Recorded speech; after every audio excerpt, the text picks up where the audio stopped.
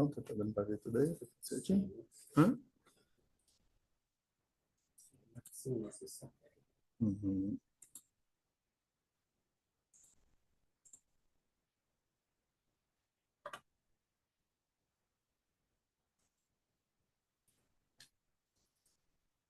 Você aparece tudo bonitinho, né?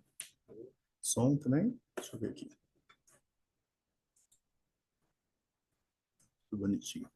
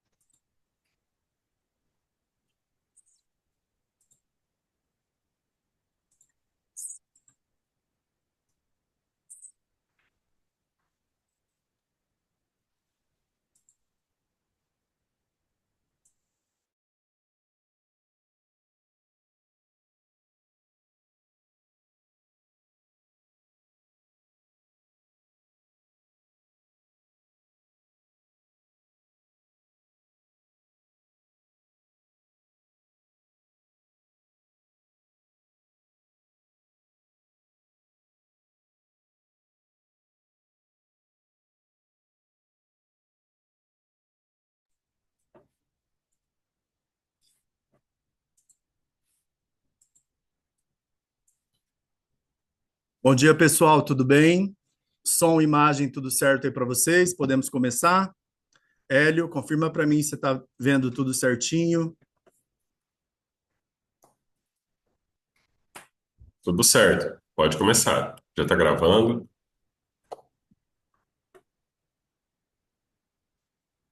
Bom dia a todos. Para nós aqui da Castilho Torres, em Penápolis, é um prazer estar aqui com vocês.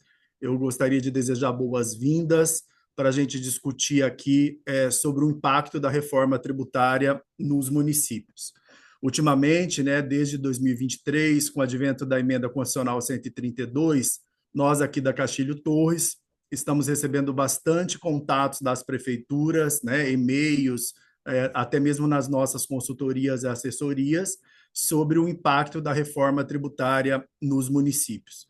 Pensando dessa forma, eu e o Sidney, né, que somos os instrutores desse curso do impacto da reforma tributária nos municípios, resolvemos criar a Performa Desenvolvimento para trabalhar os assuntos atinentes à reforma tributária, em especial, né, o desenvolvimento do direito tributário, mas em especial as mudanças que a reforma tributária impactará no nosso cenário e também nos municípios. Então, sejam muito bem-vindos a Castilho Torres. Eu e o Cid estamos aqui à disposição, através da Performa Desenvolvimento, para que a gente consiga trabalhar com vocês o impacto da reforma tributária nos municípios. Para quem não me conhece, eu sou o professor Renato, né? Sou advogado tributarista, fui funcionário da Procuradoria da Fazenda por 15 anos, e na esfera acadêmica, eu sou especialista em direito processual, direito tributário e também docência no ensino técnico superior, mestre e doutor em direito. Sou professor universitário há mais de 20 anos e o assunto especial que eu trabalho há algum tempo é o direito empresarial e o direito tributário. Então, estou aqui à disposição para a gente aí viver juntos esse momento da reforma tributária e o impacto também nos municípios. O meu sócio é o Sidney Torres, ele é advogado tributarista também há algum tempo, foi servidor do município de São Paulo, ex-agente fiscal de tributos em Minas Gerais e na Receita Federal. Ele tem aí uma larga experiência no campo da fiscalização e também do julgamento dos contenciosos administrativos, né? Trabalhou na Receita por 32 anos. Além disso, Sidney é especialista em Direito Processual e Constitucional, bacharel em Direito e bacharel em Ciências Contábeis, né? Professor universitário com larga experiência, já que passou pelos municípios de São Paulo, pelo estado de Minas e também por longo tempo aí na frente da Receita Federal. Eu vou, depois dessa breve explanação sobre mim e sobre Sidney, depois ele fala um pouco, né, da vivência dele. Eu quero dizer que nós dividimos didaticamente a nossa apresentação. do impacto da reforma tributária nos municípios e também das nuances gerais. Eu vou falar das nuances gerais veiculadas pela reforma e depois o Sidney fala do impacto tributário nos municípios. Tudo bem? Então, para quem está chegando agora, bom dia a todos. Para nós é um prazer estar aqui. Sejam todos bem-vindos aqui ao nosso encontro, à nossa live. A Castilho Torres agradece imensamente todos que estão aqui participando dessa nossa conversa, desse nosso encontro.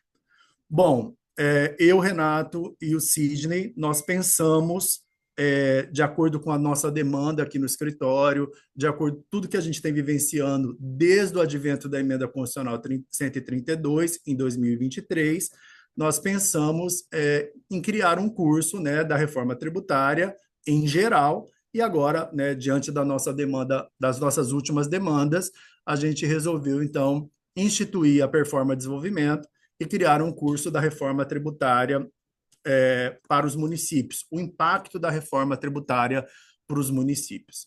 Então, para ficar uma coisa mais didática, para vocês entenderem mais adequadamente a nossa proposta, eu vou trazer as nuances gerais da reforma tributária e depois o Sidney trabalha o impacto da reforma nos municípios.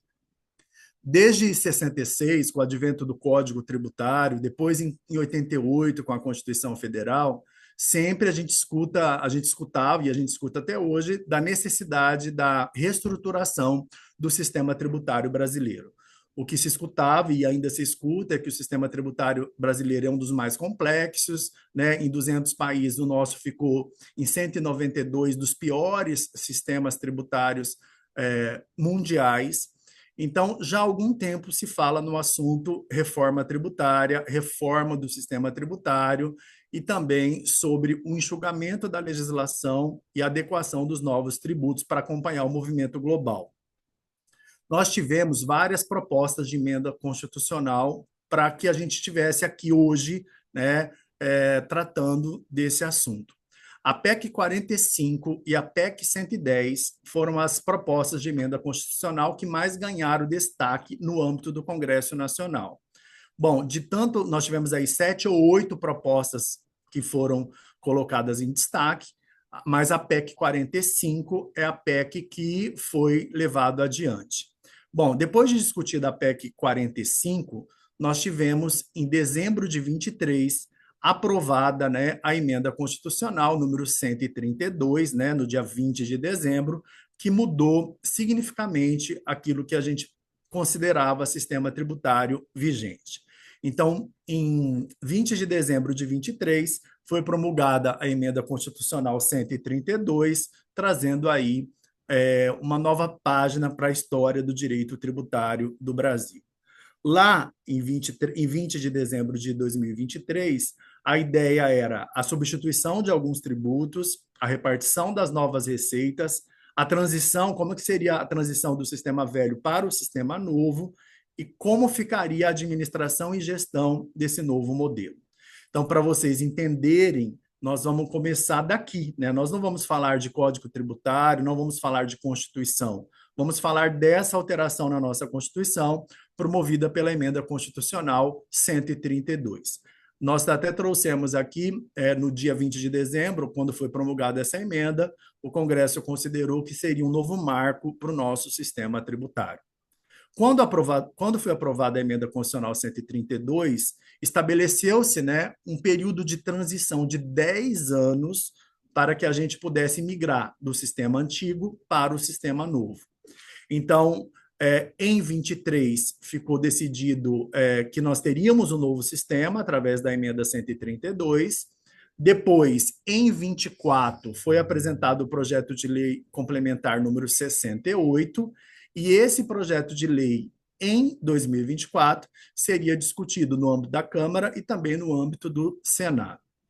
Esse projeto 68, eu até trouxe aqui para vocês a divisão por temas. Ele foi, né, ele era composto por 499 artigos. Veja a complexidade desse novo projeto. Esse projeto, né, ele foi discutido no âmbito da Câmara e do Senado, e agora no dia 16 de janeiro, na semana passada, nós tivemos a sanção presidencial, né, por parte do presidente da República. Então, em julho, esse projeto 68 foi aprovado pela Câmara e no finalzinho do ano, de 2024, ele foi aprovado pelo Senado. Depois de várias discussões, várias inserções, várias audiências públicas para que seja discutido os principais aspectos, nós tivemos a aprovação, né, com observações da Câmara e do Senado, do projeto de lei complementar número 68. E esse projeto de lei complementar, ele ficou conhecido no direito tributário como a alteração do sistema tributário sobre o consumo. Então, só para vocês entenderem, depois da emenda constitucional número 132, em 23, 24 seria marcado pela regulamentação do novo sistema. Essa fase de regulamentação, ela ficou bastante conhecida entre nós, os tributaristas, com a apresentação de dois projetos de lei, o projeto de lei 68 e o projeto de lei 108. Por enquanto, né, se a gente for pensar em hoje, 22 de janeiro, apenas o projeto de lei 68 é que foi aprovado e sancionado pelo presidente da República. Estima-se que o projeto de lei 108 que ele vai ser votado, que estabelece a inserção do Comitê Gestor do IBS e do Contencioso Administrativo, que ele seja votado agora no mês de março. Então, para vocês entenderem cronologicamente as alterações promovidas no nosso sistema tributário. A emenda constitucional 132 em 23 e em 24 nós teríamos as discussões, né, dos projetos de lei que foram apresentados. Quais são os números dos projetos de lei, professor? Bom, são dois.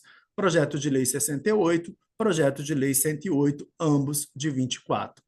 O projeto 108 ainda não foi votado, estima-se que ele seja votado em março de 25, mas o projeto de lei 68, ele já foi votado na Câmara e no Senado e já foi sancionado agora, né, na semana passada, pelo presidente da República.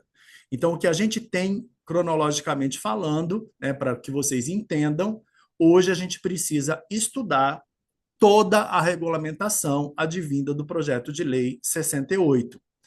O projeto de lei 68, discutido no âmbito da Câmara e do Senado, ele deu origem a essa lei, a Lei Complementar 214, né, agora do dia 16 de janeiro. Para vocês entenderem, 23 alterou o sistema tributário, 24 aprovou o projeto de lei 68 e esse projeto deu origem a essa lei complementar de número 214. Bom, feito essa evolução histórica e evolução cronológica da legislação, a gente precisa começar a entender quais os principais aspectos veiculados pela reforma tributária e depois quais os aspectos veiculados pela reforma que vão impactar nos municípios. Então, a partir de agora, eu vou tratar com vocês das principais novidades aprovadas depois da discussão no âmbito da Câmara e do Senado e com a inserção no nosso ordenamento da Lei Complementar 214, de 16 de janeiro de 2025. Quais foram as principais alterações da reforma tributária veiculadas aí pela Lei Complementar 214, conhecido como Lei Geral do IBS e da CBS? Bom, então vamos lá.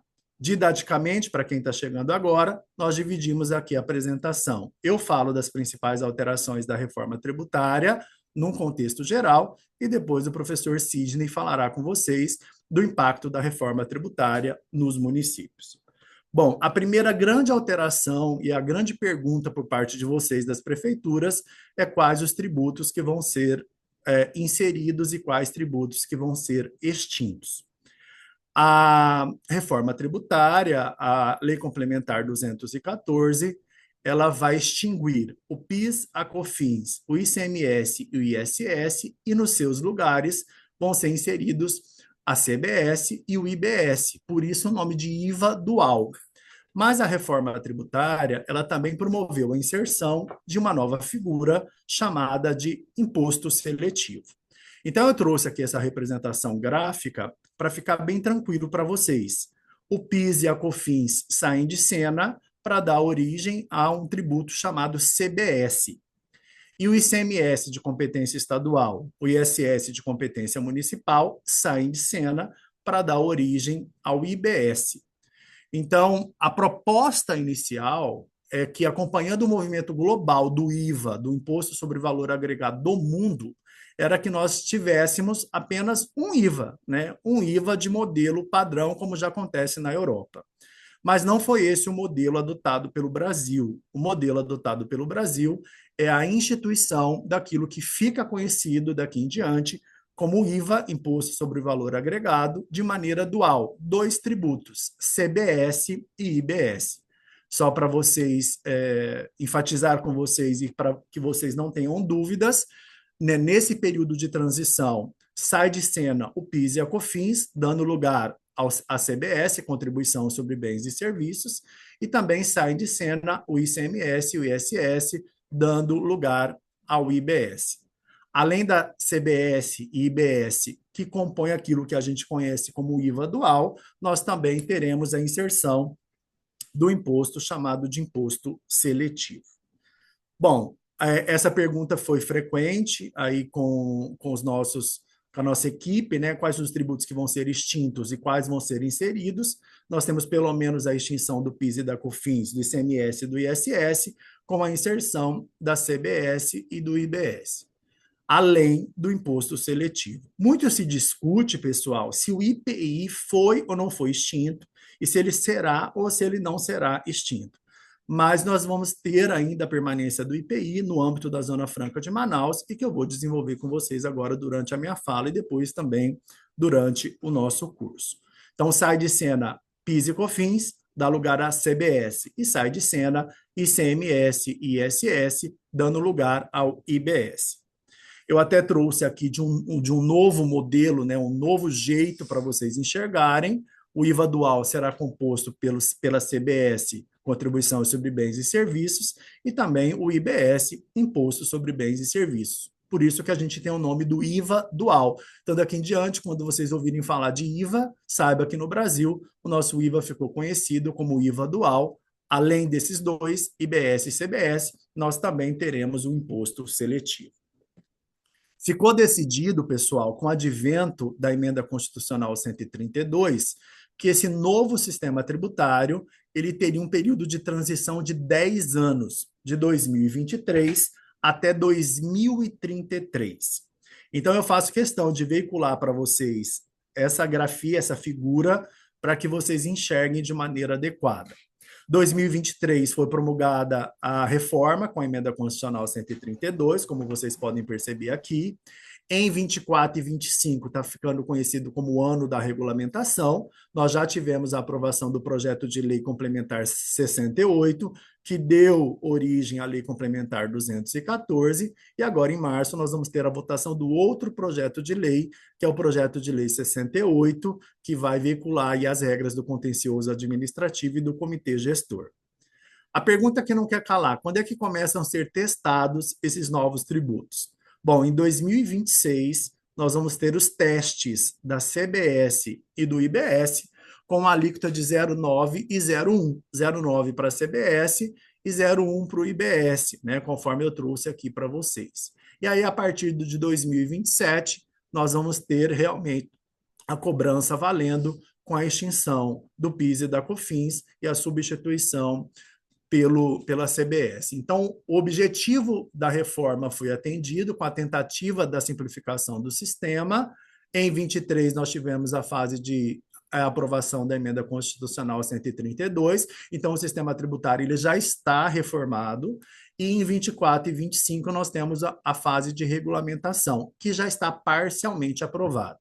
Esse ano a gente vai acabar com a fase de regulamentação, e a partir de 26 nós temos aí o período de teste.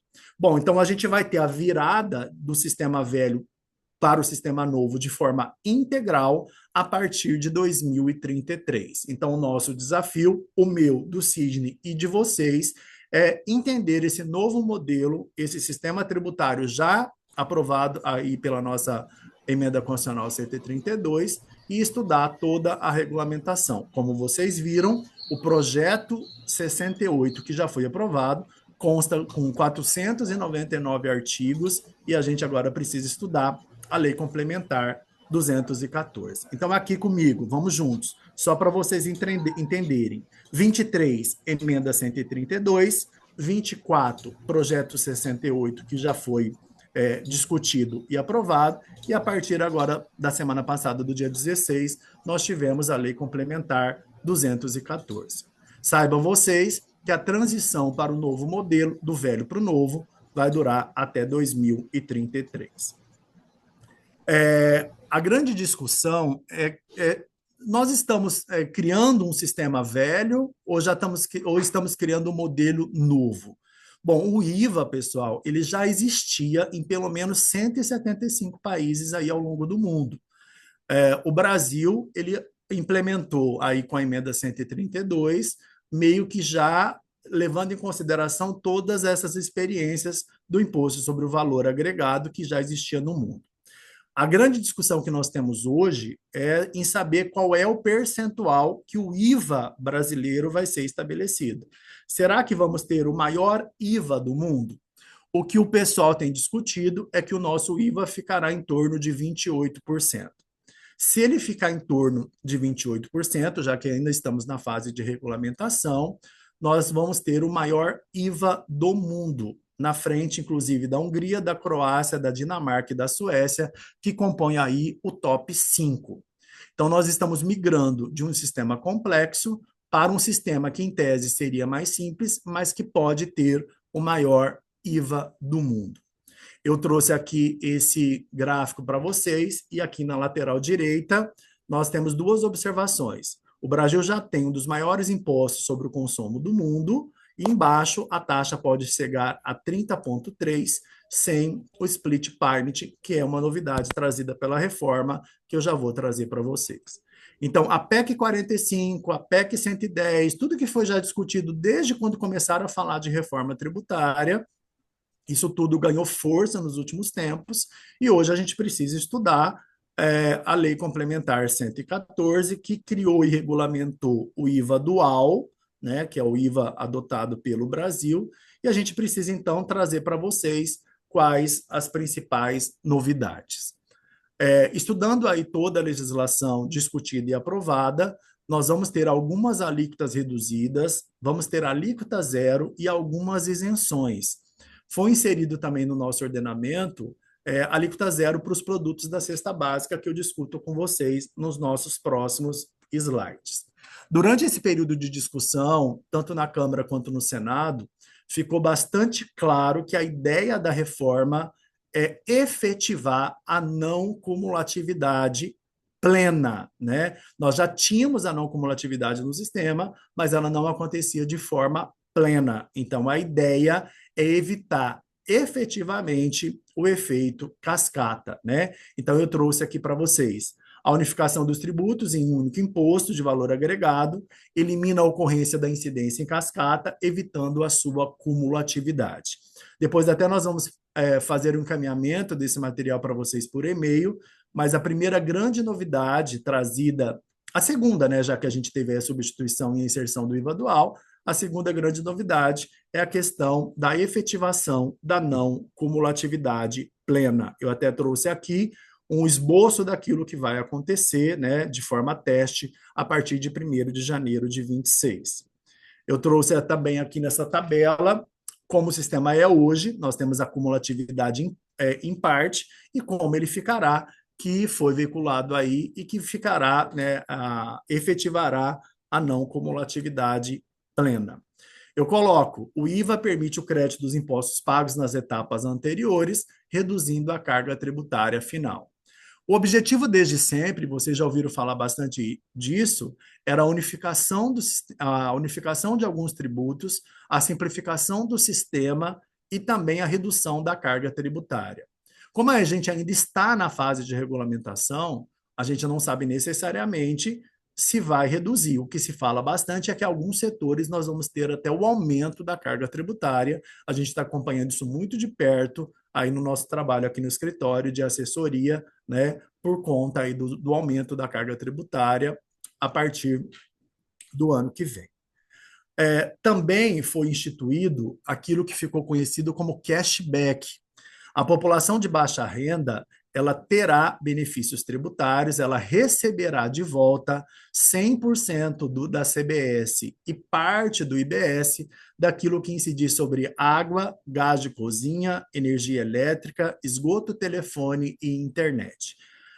No projeto inicial, o desconto era só para gás e luz, e agora, né, com a aprovação final, isso foi estendido também para telefone e internet. Cashback é a possibilidade da devolução do tributo para a população de baixa renda. Né? Então, nós temos essa novidade. Vocês vão ouvir falar bastante sobre cashback. Isso já está aprovado e agora a gente está na fase final aí de regulamentação.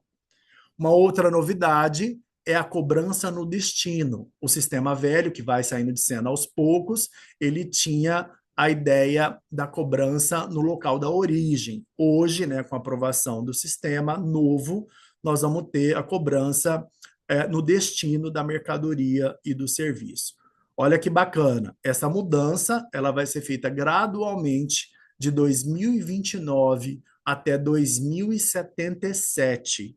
A cobrança no destino já é uma realidade, isso já está na emenda constitucional 132, já está na lei complementar 214, e a gente agora começa aí no período de transição, que essas mudanças sejam implementadas de forma gradual. Então, só repetindo, além do IVA dual, além de talvez a gente ter a maior alíquota de IVA do mundo, além do cashback, nós também teremos a questão da cobrança do tributo no destino. Uma outra novidade é a criação e a veiculação do split payment, que é um sistema, né, que já existia no Brasil no e-commerce, mas que não tinha essa denominação. Como vai funcionar o split payment? Isso será uma facilidade ou será uma complexidade? Eu já vou descontar durante a operação a carga tributária e vou repassar para o vendedor, para o prestador de serviço, para o vendedor da mercadoria, apenas o valor do que ele teria direito, já descontado o valor da carga tributária. Gente, realmente é isso. O split payment ele vai ser o instrumento, um dos instrumentos de pagamento do IVA. Eu até trouxe aqui para vocês que o Brasil estuda a implementação de 3 tipos de split payment: o split payment inteligente, o simplificado e o manual. Então, aqui, se vocês observarem para quem vê o slide do lado direito, tem uma lógica apresentada pela reforma. Então, eu trouxe aqui, né? Não sei se vocês enxergam adequadamente, mas tem aí uma empresa que adquire, né, um produto ou vende um serviço, nós vamos ter lá a retenção da carga tributária e com repasse para a empresa apenas daquilo que ela realmente teria direito, já descontado a carga tributária. O split payment, pessoal, ele é uma ferramenta, né, um sistema operacional veiculado pela reforma, onde o governo prevê uma redução de 150 bilhões em sonegação com esse novo, né, sistema automático. O que é isso? O que é o split payment, para ficar claro para vocês? Eu até trouxe aqui. O tributo devido em uma transação comercial é separado no momento do pagamento, por isso o nome split, e destinado diretamente ao governo antes de ser transferido ao vendedor. Então, no momento da transação, vai se separar. O vendedor já fica com o valor e ali naquele momento nós temos a divisão da carga tributária.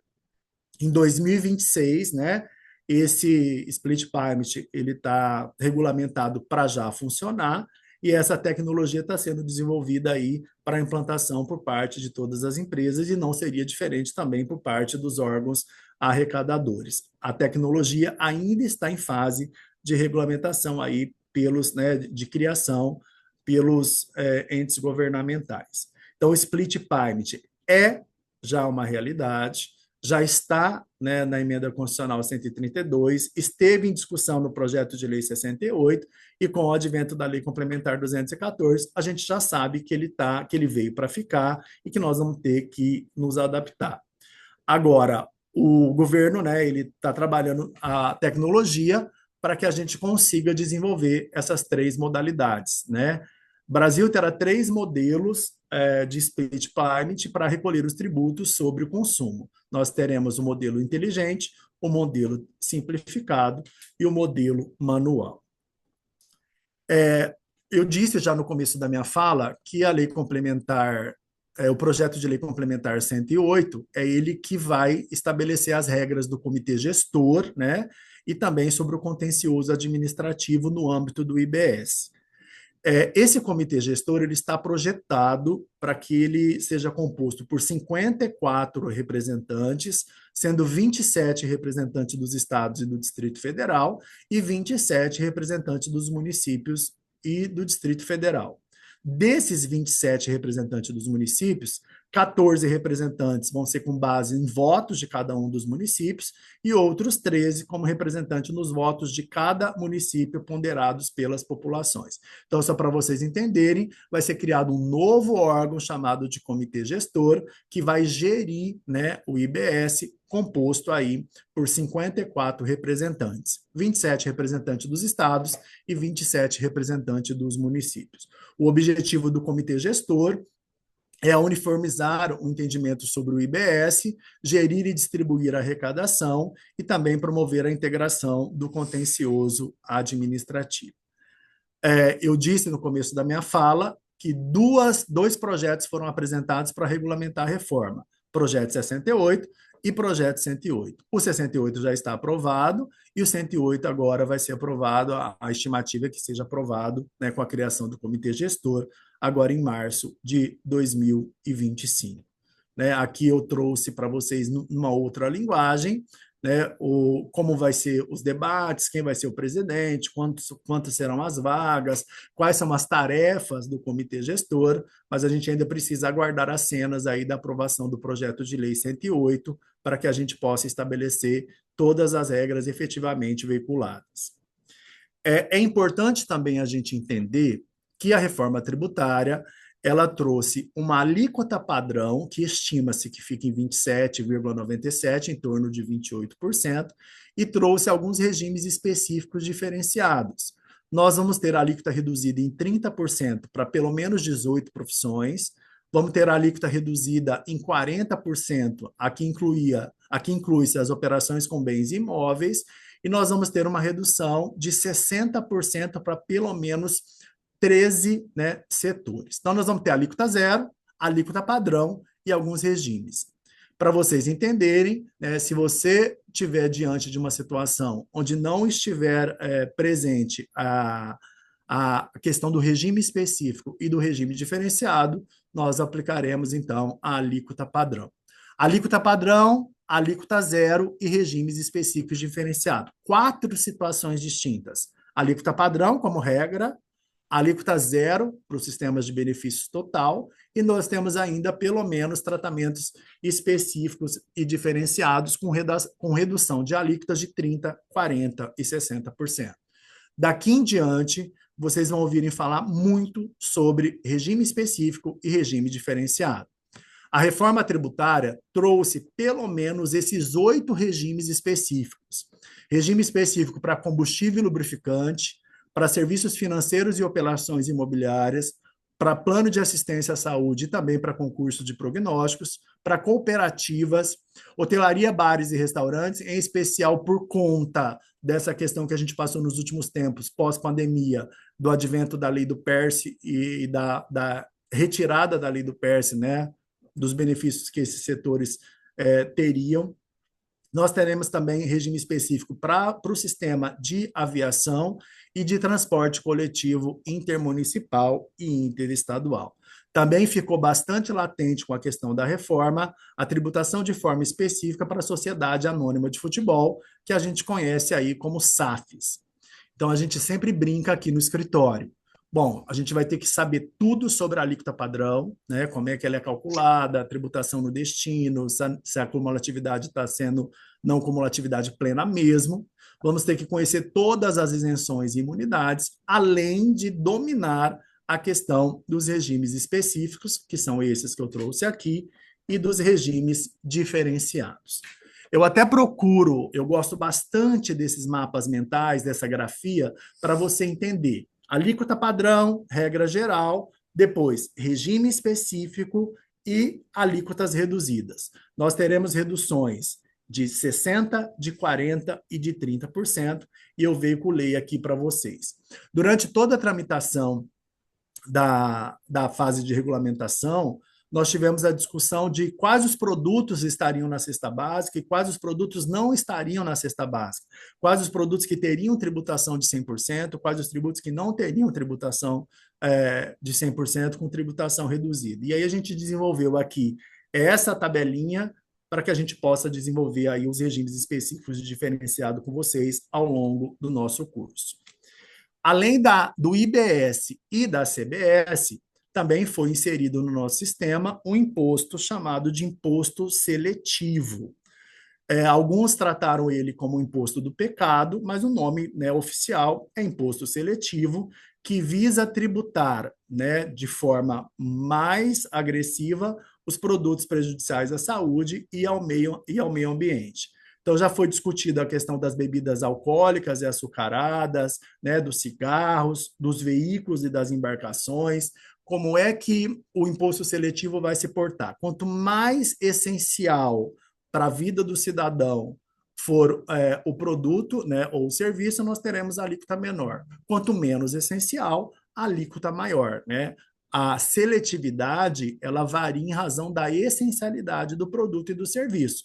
Por isso que os produtos nocivos à saúde e ao meio ambiente tendem a ter tributação elevada, tá bom? Então, além do IBS, que vai impactar direto nos municípios, nós também teremos a CBS e o imposto seletivo. Eu trouxe aqui aquilo que todo mundo está se perguntando nos últimos tempos. Renato, fala para mim qual é o impacto da reforma tributária aqui na minha prefeitura, aqui no meu município. A reforma tributária, pessoal, além dela trazer novas regras de IBS, CBS e imposto seletivo, ela também mexeu no IPVA, trazendo a tributação para embarcações e aeronaves. O ITCMD passou a ter agora a previsão constitucional da progressividade, e nós tivemos também a alteração na questão da base de cálculo, que pode ser alterada pelo Poder Executivo no âmbito do IPTU. Então, a reforma tributária era para ser uma reforma tributária de tributos só sobre o consumo, e acabou que também, né, gerou aí algumas alterações em tributos que incidem sobre o patrimônio, né, como o IPVA, o ITCMD e o IPTU. Falando de IPTU, a emenda constitucional 132, ela promoveu essa alteração aí no artigo 156 da Constituição. Compete aos municípios instituir impostos sobre, aí, inciso 3, ter sua base de cálculo atualizada pelo Poder Executivo, conforme critérios estabelecidos em lei municipal. Então, a emenda 132 já trouxe uma alteração significativa na legislação no que tange ao IPTU, promovendo, então, a alteração aí do artigo 156. Nós também tivemos uma alteração constitucional, depois do advento da emenda 132, da contribuição sobre a iluminação pública, que até então era só para a iluminação pública, e com o advento da emenda 132, esse serviço, né, o valor daquilo que for arrecadado a título de COSIP, ele poderá ser direcionado também para sistema de monitoramento, para segurança e preservação de logradores públicos. Então, vocês, servidores, né, os tributaristas de plantão, saibam que nós tivemos alteração de impacto, pelo menos aí na questão da alteração do IPTU e também da contribuição sobre a iluminação pública, que a gente conhece como CIP e COSIP. Vale dar uma olhadinha nas alterações promovidas no artigo 156, inciso 3 da Constituição, e também da inserção, né, da nova redação do artigo 149, letra A, do texto da Constituição. Então, estabelecidas essas regras gerais daquilo que nós teremos de novidade, que foi veiculado aí por toda essa legislação, eu passo então a palavra ao Sidney, né, para que ele possa tratar sobre o impacto da reforma tributária nos municípios. Sidney, a palavra é sua.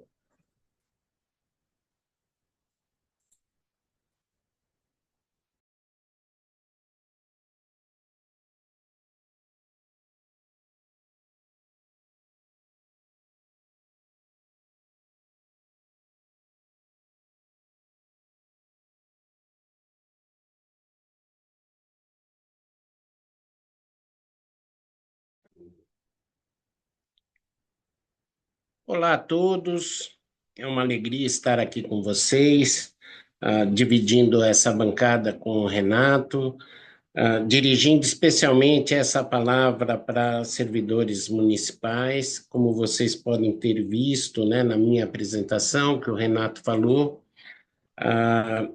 Eu tive quatro empregos, né? Comecei como cadete da Academia da Aeronáutica, né, da Cadetes do Ar, EPCAR. Fiquei 6 meses, não gostei, saí.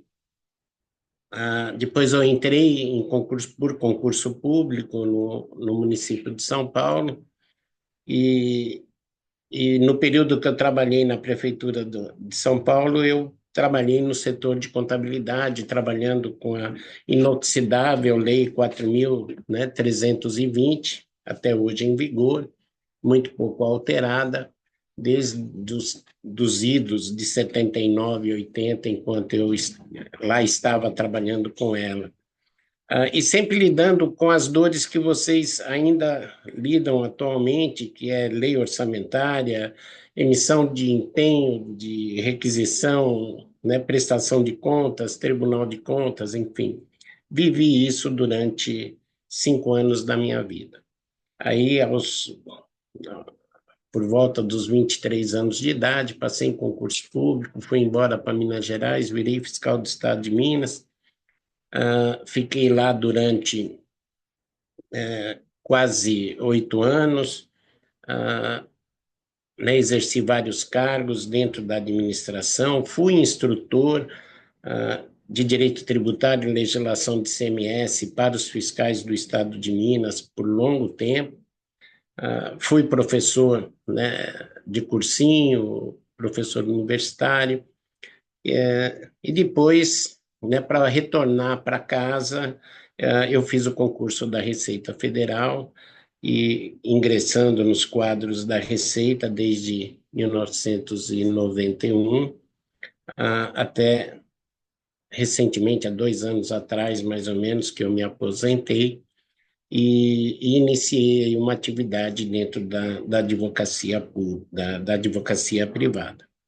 Então, é uma alegria estar aqui dirigindo palavras a vocês, servidores municipais.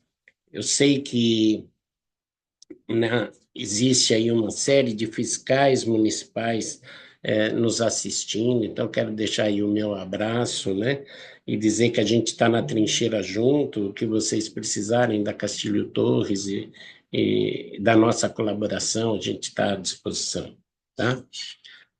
Enfim, então nós vamos falar sobre o impacto, né,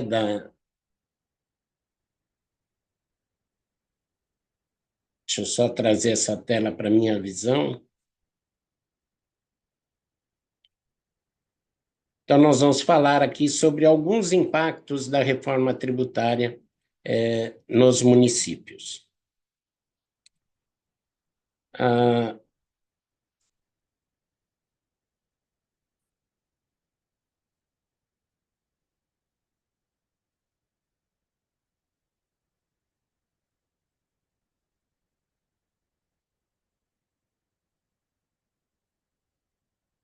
Deixa eu só acertar aqui esse meu slide, que ele não está ok.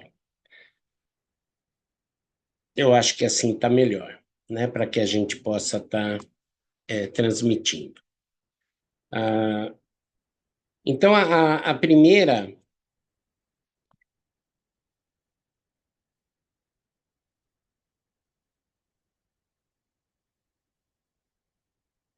primeiro impacto que a reforma traz é uma modificação na dinâmica da arrecadação dos municípios. Mudam-se a realidade, mudam-se os fatos. Não está exibindo esse jogo com a tela, compartilhar outro. Não está exibindo a... Não tá.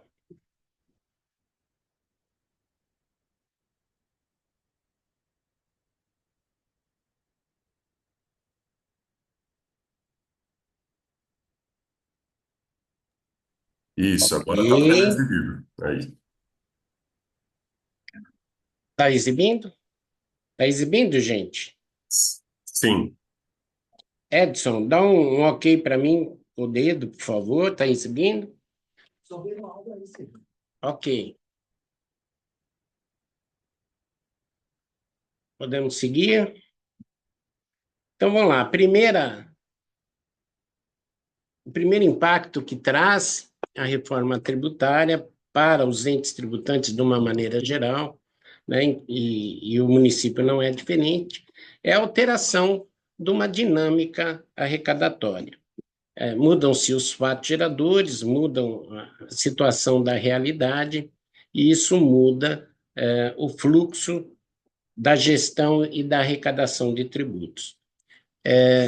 Isso traz, né, inaugura aí um período de incerteza muito grande para todos os entes, não só para o município, mas a gente está lidando com um objeto novo, um objeto mutante, um objeto que ainda será objeto de aparas, né, nesse curso dos 10 anos.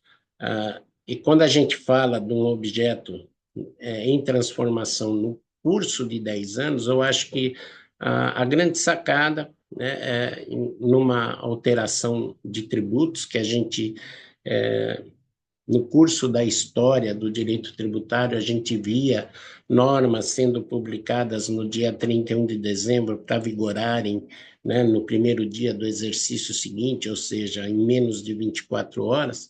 A gente trabalhar com período de transição é o melhor que a gente poderia ter dessa reforma tributária, porque possibilita que a gente retome os rumos, né, desse nosso navio para que a gente possa chegar a um determinado porto seguro.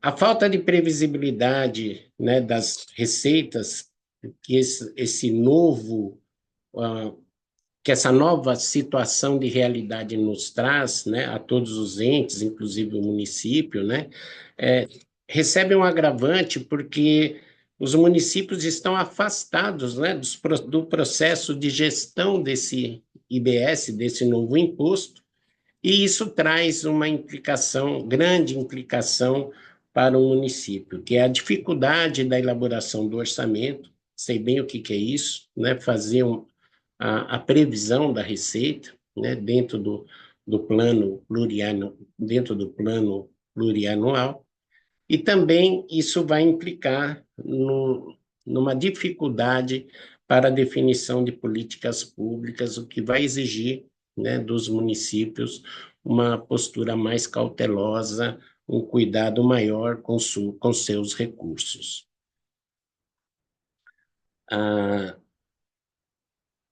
Nós temos também uma perda de autonomia tributária por parte dos municípios, né? Alguns doutrinadores de direito tributário falam que se inaugura aí um novo federalismo, e não... alguns doutrinadores defendem até a inconstitucionalidade, né, dessa reforma tributária, mas nós já tivemos ali antecipadamente ministros do STF, como Gilmar Mendes, defendendo esse novo, entre aspas, federalismo, né? Mas, sem entrar no mérito, há efetiva perda de autonomia tributária por parte dos municípios, uma concentração de poder, né, em Brasília, né, ou com a União ou com o comitê gestor, afasta, né, a possibilidade do município ter qualquer tipo de gestão sobre a arrecadação do IBS. Isso não é bom, né, no primeiro momento, mas a gente precisa analisar isso no contexto da realidade das prefeituras. Nós também temos uma perda relativa da autonomia tributária do próprio ISS, que não foi afetado pela reforma tributária, uma vez que as normas que definem a reforma e essa transição limita o exercício e a própria existência e a gradação de arrecadação do ISS. Então, a gente tem também uma perda de autonomia no campo do imposto municipal, pouco tratado dentro da reforma. Por outro lado, nós tivemos aí uma autonomia preservada no campo do IPTU e do ITBI, até mesmo ampliada, conforme o Renato já disse, com a possibilidade de majoração por decreto nos termos e nos limites fixados por uma lei que todos vocês precisarão implementar em seus municípios para trazer legalidade e legitimidade na cobrança do IPTU. Além, né, que é um reclamo, uma pergunta que vocês têm recorrentemente, a possibilidade, né, do ITBI vir a ser contemplado dentro do PLP 108, que trata, é o projeto de lei complementar que trata do comitê gestor, com relação à questão da base de cálculo do ITBI, com relação à possibilidade da utilização de uma base de cálculo referencial, ou seja, aquela tabela, né, que tantos os advogados reclamam, né, impugnam dentro do contencioso e que tem feito os municípios perderem receita. Isso parece que se regulariza agora, né, com o PLP 108, com sua aprovação. Um outro impacto muito grande que a reforma traz com relação a essa centralização de arrecadação é que os municípios se tornam mais dependentes de repasses de governo federal e estadual. Na verdade, como o dinheiro que entraria diretamente no cofre do município a título de ISS vai migrar para o comitê gestor, isso fará com que o recurso municipal, no tempo, ele esteja menor. E isso demandará que esses repasses sejam feitos de uma maneira mais reiteradas, ou seja, eles serão mais frequentes, né, e precisarão de vigilância por parte de cada um dos municípios, né? A lição de casa é que se os municípios vão depender desses repasses, o que sobra no caixa precisa ser extremamente bem gerido, com muita eficácia, e o que vai fazer também buscar uma maior independência disso são os outros tributos que não o IBS, que é o IPTU e ITBI. Ok? Então, ter um olhar para essas outras fontes de custeio que alimentam aí, né, os cofres municipais é de bom alvitre. A instabilidade dessa arrecadação municipal também traz alguns problemas, né, que é a questão da dificuldade de você financiar obras de infraestrutura, né, que também está ligada com a dificuldade de previsão de receita, né, de você definir políticas de longo prazo, de melhorias de estradas, de implementação de escolas, hospitais, enfim.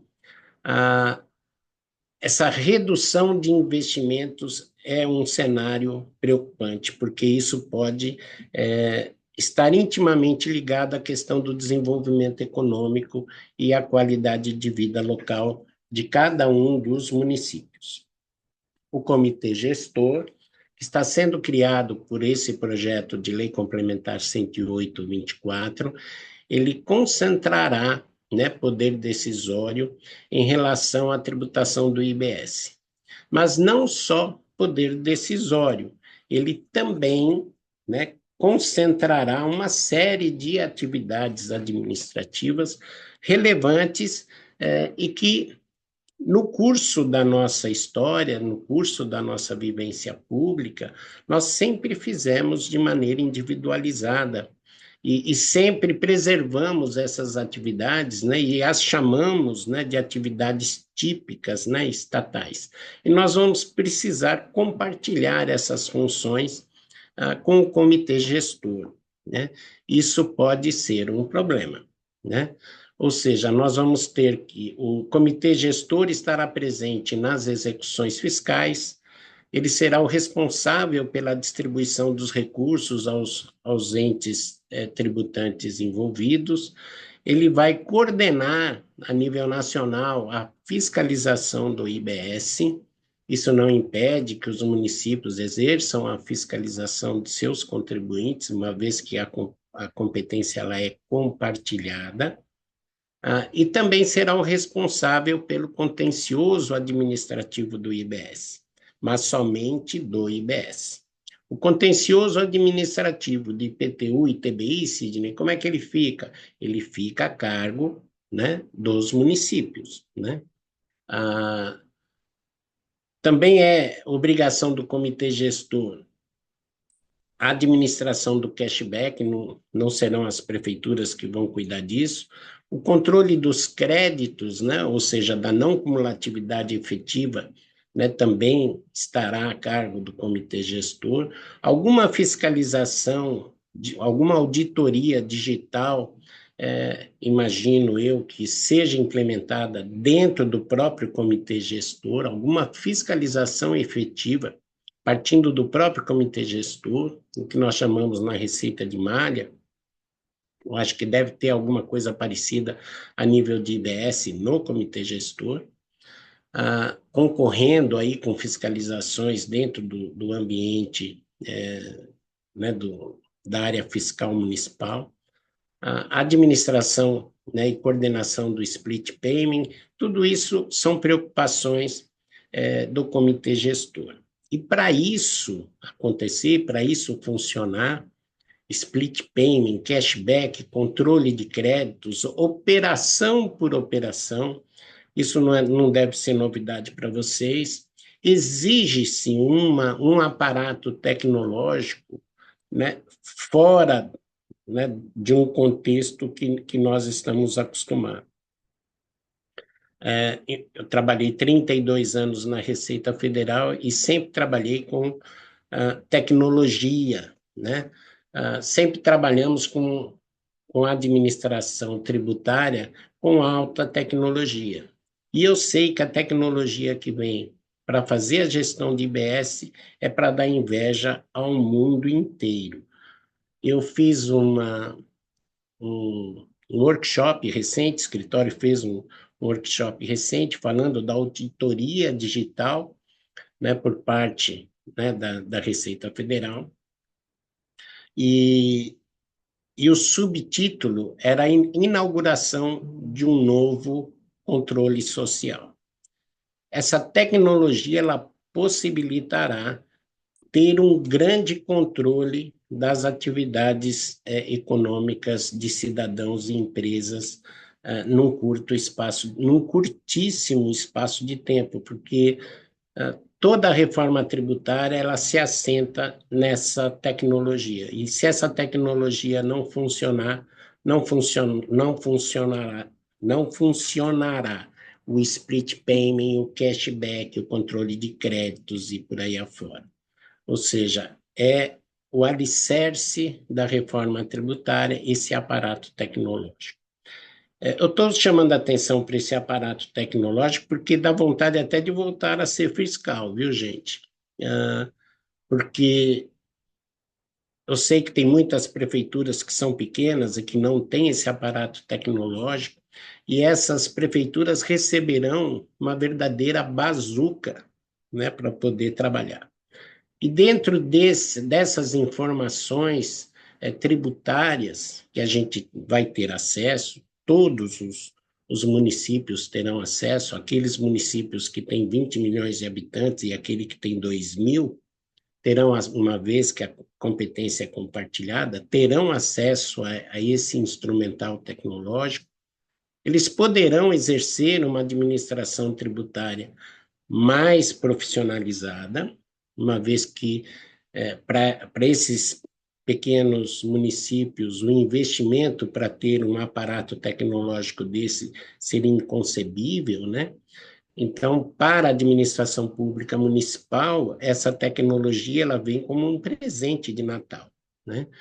Ela deve ser comemorada, porque não tem só informação econômica dentro dessa tecnologia. Existe toda uma informação por trás da questão de arrecadação. A gente vai poder saber quanto se consome, né, de feijão no município, né? Quanto que o município comprou de cerveja, enfim, a gente vai ter informações que vão possibilitar o desenvolvimento de políticas públicas municipais extremamente relevantes. Então, a inserção do comitê gestor, ele traz, né, ameaças, traz avanços, e traz também a necessidade da gente aprender a trabalhar em cooperação e sinergia com esses órgãos que desenvolverão, né, atividades típicas, né, que eram exercidas privativamente por cada um de nós e que a gente vai precisar estar desenvolvendo essas mesmas funções agora em 2 ou 3 mãos de maneira cooperativa. A revisão e realinhamento, né, das atividades típicas internamente, a revisão, né, do comportamento, né, dessas ações dentro das administrações vão precisar ser revistas, e uma necessidade de entender, acompanhar e fiscalizar a destinação de recursos, né? Esses critérios para a destinação de recursos, eles precisam ser acompanhados pelas prefeituras, tá? Porque o IBS, ele sempre foi, o Fundo de Participação, né, dos municípios, sempre foi uma fonte de custeio de excelência, ok? E essa reforma tributária, embora seja uma única norma, ela produz efeitos diferentes nos municípios, porque os municípios se encontram em situações desigual. Então, aqueles grandes contribuintes, que eu coloquei aí um município, né, um imóvel, né, maior, e um município que tem uma população maior e por isso terão, né, no caso do IBS, uma maior destinação de recursos, né? Esses municípios maiores, eles tendem a incrementar a fiscalização do IBS, mesmo dentro dos quadros dos municípios, porque seria um recurso extremamente relevante, né, para custeio da máquina pública. Ou seja, existe aí, potencialmente, para os grandes contribuintes, um aumento do custo da administração tributária, uma vez que se vê relevante esses investimentos em razão do retorno que a arrecadação do IBS traz para elas. E esses grandes contribuintes, esses grandes municípios, são os municípios que terão uma maior participação e influência dentro do comitê gestor.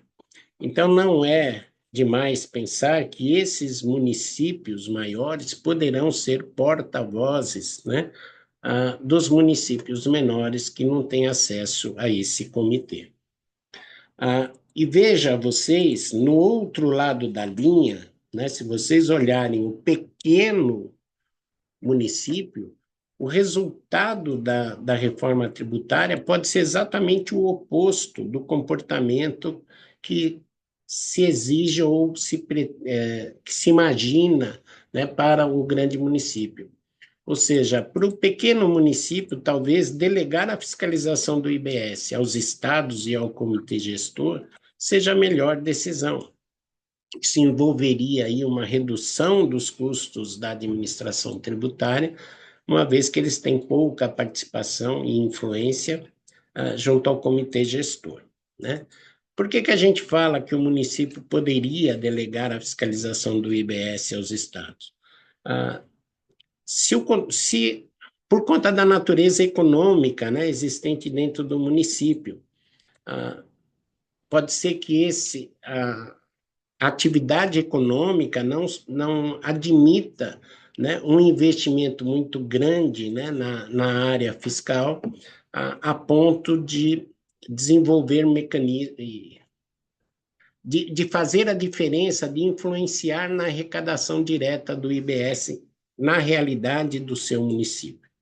Então, talvez seria melhor fazer a delegação, né, da fiscalização, deixar que os estados cuidem disso e só se preocupar com a questão do repasse e mudar a concentração do foco da fiscalização para IPTU e ITBI, né? Não descurando, né, do IBS, mas procurando não gastar dinheiro naquilo que não traz um resultado a curto prazo para o próprio município. E os contribuintes médios, eles vão decidir entre uma ou outra alternativa. Vou incrementar, né, a fiscalização do IBS no meu município, ou vou delegar a fiscalização para os estados-membros, né, e para o controle do comitê gestor. Como é que eu respondo essa pergunta? Eu respondo essa pergunta analisando os dados do próprio município, né? Conhecendo os dados econômicos de cada município. Eu lembro quando eu fui ser delegado em São José do Rio Preto, eu sei que tem gente aqui de São José do Rio Preto assistindo, então um abraço para o pessoal de lá e um abraço para todas as cidades que estão aqui presentes. Eu lembro que quando eu analisei a arrecadação, eu vi que a gente poderia ter um salto arrecadatório muito grande na área federal. Quando eu sentei na cadeira e virei para o pessoal e falei assim, olha, nós vamos sair de tal posição e vamos passar para tal posição em 1 ano. O pessoal falou, nossa, você é louco, a gente chegou à meta que eu queria em 7 meses, não demorou nem 1 ano. Então, a análise da atividade econômica de cada município, se bem feita, ela pode indicar caminhos, né, de aumento de arrecadação, muitas vezes sem trazer o sofrimento necessário. A gente não pode aplaudir a maior carga tributária do planeta, né? Eu, embora sendo auditor, embora ainda chamando o meu cliente de contribuinte, né, porque faz tão pouco tempo que eu aposentei, que eu ainda não sei chamar cliente de cliente, eu chamo meu cliente de contribuinte. São os vícios da profissão. Mas é extremamente importante a gente procurar, dentro da administração tributária, exercer aí uma certa justiça fiscal. Direcionar a fiscalização para aqueles contribuintes que efetivamente mereçam, né, o nosso atuar. Um país desigual como o nosso, né, não pode se orgulhar de ter a maior carga tributária do mundo. Um país desigual e pobre como o nosso não pode buscar desenvolvimento econômico através de tributação exacerbada, né? Então, se essa é a nossa realidade, como servidores municipais, estaduais ou federais, ligados à questão tributária, e a gente podendo pouco fazer na questão legislativa, uma vez que ela nos impõe, né, o nosso proceder, mas a gente pode sim escolher o contribuinte a ser fiscalizado de uma maneira com mais acuro, né, com mais detalhe, e aplicar ali justiça fiscal. A gente não pode, né, fiscalizar quem ganha BPC ou professor municipal, estadual, professor privado ou taxista, e esquecer, né, pessoas que detêm capacidade contributiva e pratica atos que efetivamente exijam, né, de nós atos de fiscalização. Então, esse olhar para dentro de cada município, ele é extremamente necessário. Municípios que vão arrecadar mais vão poder realizar melhores serviços públicos e serão cobrados, né, pela população com relação a essas melhorias. Os municípios que pouco arrecadam, né, não terão a mesma sorte, de modo que o desnível com relação à qualidade de serviço público, né, comparativamente entre os municípios, será extremamente acentuado. Nós teremos aí um fundo, né, a preocupação em manter os municípios em funcionamento é algo presente na reforma tributária e foi constituído um fundo de compensação de perdas de receita para municípios. Então, em breves linhas, seriam alguns dos impactos que alcançam aí os municípios, né? Nós montamos aí a Performa Desenvolvimento, né, que é o nosso braço do nosso escritório, um braço para apresentação de cursos, né, voltados à área jurídica e área de negócios. Estamos lançando, por conta, né, da provocação de vários servidores municipais, o primeiro curso voltado aí à reforma tributária e os seus impactos no município. Nosso objetivo é construir esse curso atendendo os reclamos dos diversos colegas que já encaminharam perguntas e questionamentos para o nosso escritório. Nós já definimos o conteúdo programático.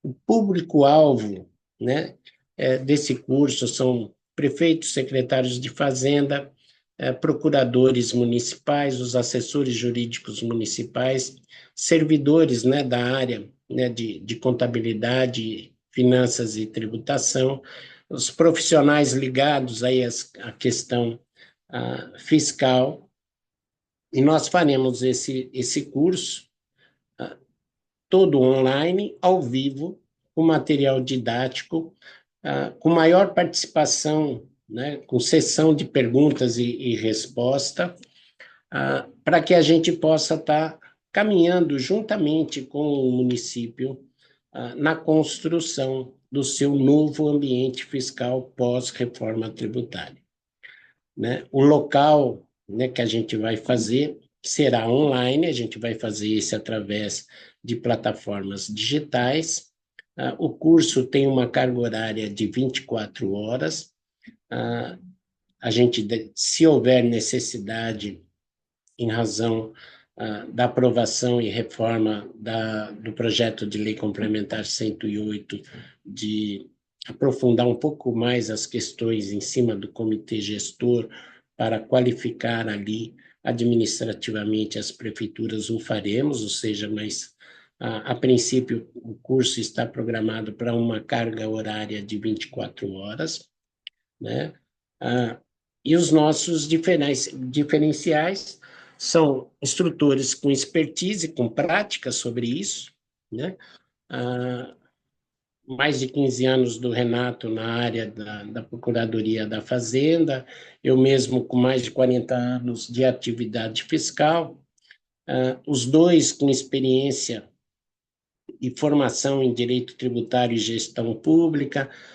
Nós teremos um material exclusivo, né, dirigido para a necessidade, né, do setor municipal, com um ano de acesso às aulas gravadas. Teremos também outros cursos que irão atender os municípios na mesma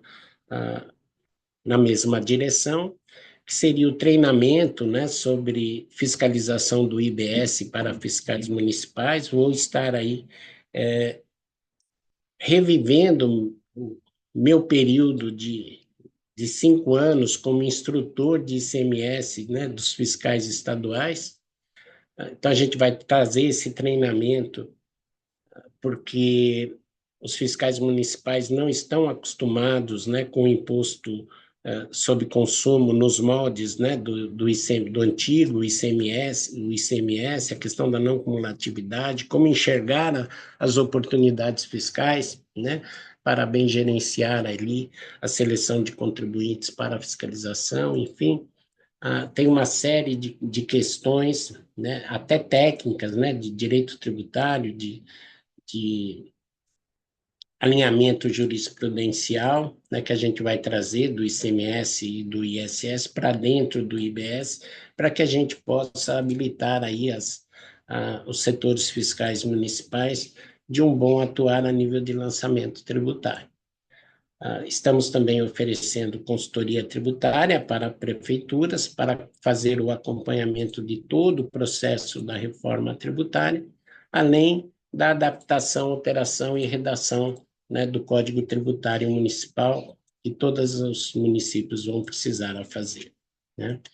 Nós temos um lema no nosso escritório, que nós trazemos presente a todo momento, que é esse. Nós adotamos, né, esse pensamento de Ernest Hemingway, que diz que quem estará nas trincheiras ao teu lado. Se Isso você achar que importa pode ser sério, me peça para ligar para o mais do que a serviço de própria emergência. guerra, né? E esses são os nossos contatos, né? Contato da Performa Desenvolvimento está aí para vocês.